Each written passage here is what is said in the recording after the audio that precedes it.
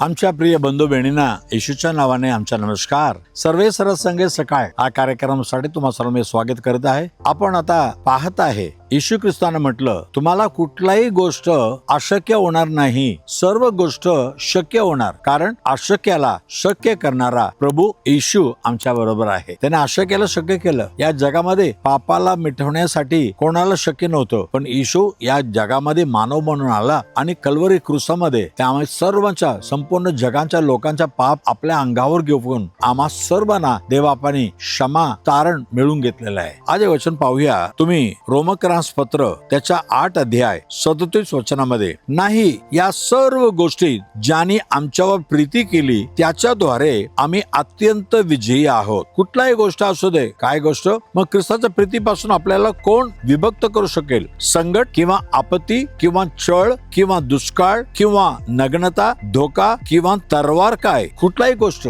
आज तुमच्या विरुद्ध तुम्ही देवाला भय मानता, तुमच्या विरुद्ध शैतानाचं काम पण होतो आणि लोकांचं पण काम होतो. कारण वाईट लोकांना चांगले लोक आवडत नाही आणि वाईट करणाऱ्या लोकांना तुम्ही चांगलं केलं तर आवडत नाही. असं कुठल्याही गोष्ट तुमच्या विरुद्ध येणार, पण या सर्व गोष्टी तुमच्यावर प्रीती करणाऱ्या त्या प्रभूच्या नावाने, प्रभूच्या सामर्थ्याने तुम्ही जिंकू शकाल. तुम्ही जिंकू शकाल. हे देवाचे वचन आहे. म्हणून पौलुस म्हणतो, पौलुस जीवनामध्ये किती संकट आले, किती कष्ट आले, किती ते विरुद्ध केले. जिथं कोणी तो येशूच्या नावाचा प्रचार करत आहे तिकडे जाऊन लोक त्यांना सतत होते, पण तो म्हणतो काय मग भेटणार नाही. कारण माझ्यावर प्रीती करणारा प्रभू येशू आहे. त्याच्याद्वारे मला सगळं काय शक्य होईल आणि सर्व गोष्टी मी जिंकणार, तुम्हाला पण जिंकवणार. फक्त जो प्रभू तुमच्यावर प्रीती करतो त्याच्यावर तुम्ही प्रीती करा. त्याने प्रीती करून आपला जीव दिला, तुम्ही त्याच्यासाठी हे जीवन राहू दे. प्रार्थना करूया. पवित्र देव बापा, धन्यवाद प्रभू. हो, या सर्व गोष्टीमध्ये जे प्रभू आमच्यावर प्रीती करतो त्याच्याद्वारा आम्ही सर्व गोष्टी जिंकून घेणार. प्रभू आज पण येशू तू आमच्यावर प्रीती ठेवून तुझ्या जीव आमच्यासाठी दिलं. कल्वरी क्रूसामध्ये आमच्यासाठी मरण पावला, जिवंत उठला. हो प्रभू, तुझ्या नावाने प्रत्येक लोकांना प्रत्येक गोष्टीमध्ये जिंकू दे, विजय भेटू दे. आशीर्वाद कर